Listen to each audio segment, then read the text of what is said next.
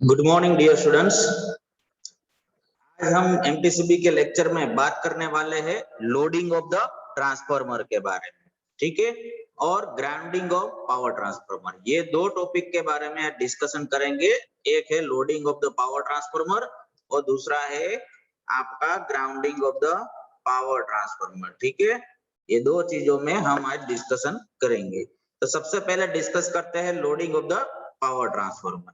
देखिए दोस्तों, ये लोडिंग का मतलब होता है कि आपका पावर ट्रांसफार्मर के ऊपर कितना लोड है, मतलब कितने हमारे जो कंपोनेंट्स है, मशीन्स है, वो पावर कंज्यूम कर रहे हैं कोई एक पर्टिकुलर पावर ट्रांसफार्मर में से, ठीक है। मतलब जो पावर ट्रांसफार्मर आपका पावर सप्लाई करता है, ठीक है, उसमें से कितना पावर आपके इलेक्ट्रिकल मशीनरी कंज्यूम करते हैं, उसके हिसाब से हम लोडिंग डिफाइन करते हैं किसी भी पावर ट्रांसफार्मर का, ठीक है। तो यहाँ पे क्या होता है कि जो लोडिंग होता है वो डिफाइन होना चाहिए कि कोई भी पर्टिकुलर इस रेटिंग का, सपोज 500 केवीए वाला ट्रांसफार्मर है तो उसमें कितना लोडिंग होना चाहिए, ठीक है। वो ओवरलोड नहीं हो जाना चाहिए, वो भी इंपॉर्टेंट है, क्योंकि किसी भी पावर ट्रांसफार्मर की जो वाइंडिंग्स होती है, उसकी डिजाइन होती है, कोर डिजाइन होती है, उसकी कैपेसिटी होती है, वो एक निर्धारित होती है, ठीक है। वो आईईसी 354 के गाइडलाइन के अनुसार उसको डिजाइन किया गया होता है। इसीलिए कभी भी ओवरलोडिंग होता है ट्रांसफार्मर का तो ट्रांसफार्मर की हेल्थ के लिए नुकसान कारक है, राइट। तो इसीलिए लोडिंग को पता होना जरूरी है। देखिए, लोडिंग में हम क्या कौन कौन सी चीजें डिपेंड करती है पावर ट्रांसफार्मर में जब आप लोडिंग को डिफाइन करते हैं। तो देखिए दोस्तों, सबसे पहला आपका एम्बिएंट टेम्परेचर। जो एम्बिएंट टेम्परेचर, जो सर्टिफाइड टेम्परेचर होता है, जो बेसिक स्टार्टिंग टेम्परेचर होता है, उसको एम्बिएंट टेम्परेचर बोलते हैं। सपोज 27 डिग्री सेल्सियस के आसपास उसका एम्बिएंट टेम्परेचर होता है। उसके अलावा जो वाइंडिंग का टेम्परेचर होता है, ऑयल का टेम्परेचर होता है, ठीक है। जो इनिशियली ये 3 टेम्परेचर आपको मेजर रखने हैं, वाइंडिंग टेम्परेचर, ऑयल टेम्परेचर और एम्बिएंट टेम्परेचर, ठीक है। अब 3 इनिशियल टेम्परेचर आपको मालूम है।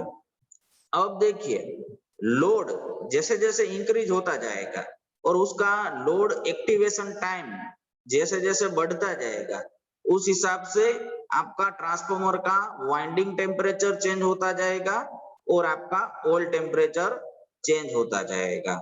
और जो आपका पावर ट्रांसफार्मर का जो टेम्परेचर था शुरुआत में, एम्बिएंट टेम्परेचर 27 डिग्री सेल्सियस, वो बढ़ के कई गुना हो जाएगा। तो जैसे जैसे लोडिंग इंक्रीज होता जाएगा वैसे वैसे तीनों टेम्परेचर चेंज होते रहेंगे, ठीक है। तो हमें वाइंडिंग टेम्परेचर भी मेजर करना होता है, ऑयल का टेम्परेचर भी मेजर रखना होता है, ठीक है, क्योंकि वो दोनों चीजें आपकी एक लिमिट मात्रा में होनी चाहिए। अगर ज्यादा है, आपकी जो सर्टिफाइड वैल्यू है पावर ट्रांसफार्मर का रेटिंग है उससे ज्यादा है, तो आपको क्या करना होगा, वो लोडिंग ज्यादा है वो आप डिफाइन कर पाएंगे, तो उस लोडिंग को कम करना होगा उस पावर ट्रांसफार्मर पे, जैसे कि वो पावर ट्रांसफार्मर का हेल्थ बना रहे, ठीक है। तो ये लोडिंग बहुत ही इंपॉर्टेंट चीज होती है। उसके आधार पे आपको आईईसी की लोडिंग गाइडेंस है, उसके आधार पे आप लोडिंग की कंडीशन ट्रांसफार्मर की नक्की कर सकते हैं। उसके हिसाब से जो मैन्युफैक्चरर आपको स्मॉल और मीडियम रेटिंग वाले जो ट्रांसफार्मर देंगे, उसमें आपको परमिसिबल लोड फैक्टर भी दिया गया होगा, ओवरलोड फैक्टर, और उसको टाइम डिले भी दिया गया होगा, मतलब कितने टाइम के लिए ओवरलोड फैक्टर पे काम चला सकते हो किसी भी पावर ट्रांसफार्मर का। उसके अलावा हीट एंड रन टेस्ट भी किया जाता है लोडिंग डिफाइन करने के लिए। तो ये बात थी आपकी loading of the power transformer के बारे में, ठीक है। तो आप देखेंगे लोडिंग को मेजर करना क्यों इतना आवश्यक है दोस्तों। काफी बार आपने देखा होगा, तो काफी बार हमने ऐसे प्रॉब्लम्स डायग्नोस किए हैं, जैसे कि कोई एक अचानक से लोडिंग बढ़ गया किसी भी एरिया में। सपोज मैं एक डिस्ट्रीब्यूशन ट्रांसफार्मर का एग्जांपल लेता हूँ, तो सपोज हमने कभी कभी देखा होगा किसी भी ट्रांसफार्मर का ओवरलोडिंग की वजह से बर्नआउट हो गया या फिर कोई ट्रिपिंग हो गया, ठीक है, तो हमारे घर में बिजली चली जाती है, मतलब कि पावर फेलियर हो जाता है। तो काफी बार आपने सुना होगा कि आपके घर में बिजली चली गई, तो इसका मतलब होता है कोई ओवरलोड की वजह से ट्रांसफार्मर में ट्रिपिंग हुई है या फिर कोई दूसरा फॉल्ट हुआ है। तो फॉल्ट के अलावा ये लोडिंग पर भी आधारित है, क्योंकि लोडिंग ओवरलोडिंग में जब ट्रांसफार्मर काम करता है तो कौन कौन से प्रॉब्लम आते हैं दोस्तों।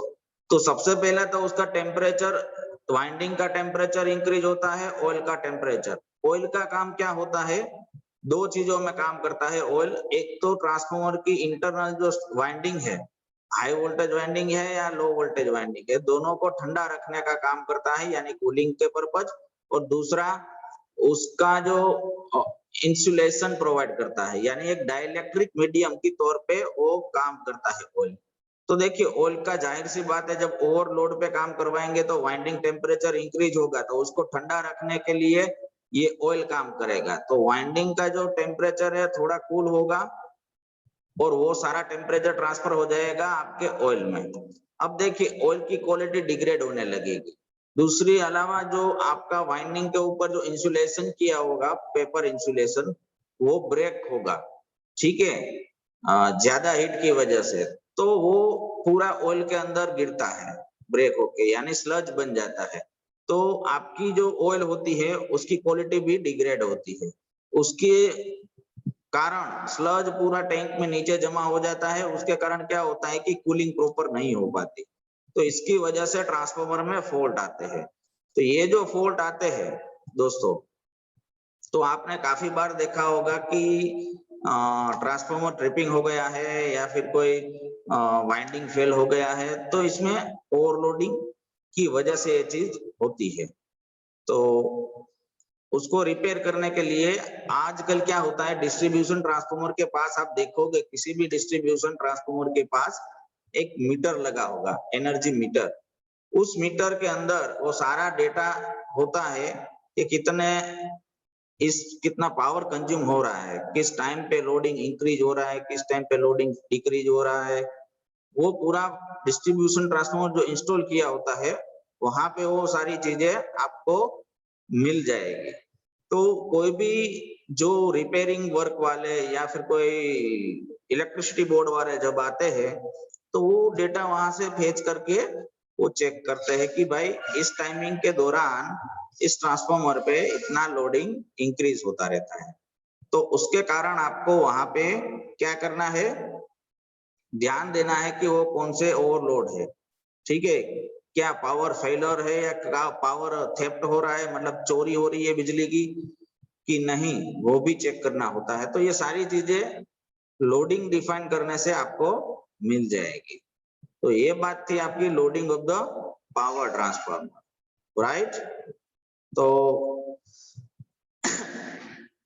Sorry, I think loading of the power transformer के बारे में आपको जो भी नॉलेज चाहिए था इस लेक्चर में आपको मिल गया है।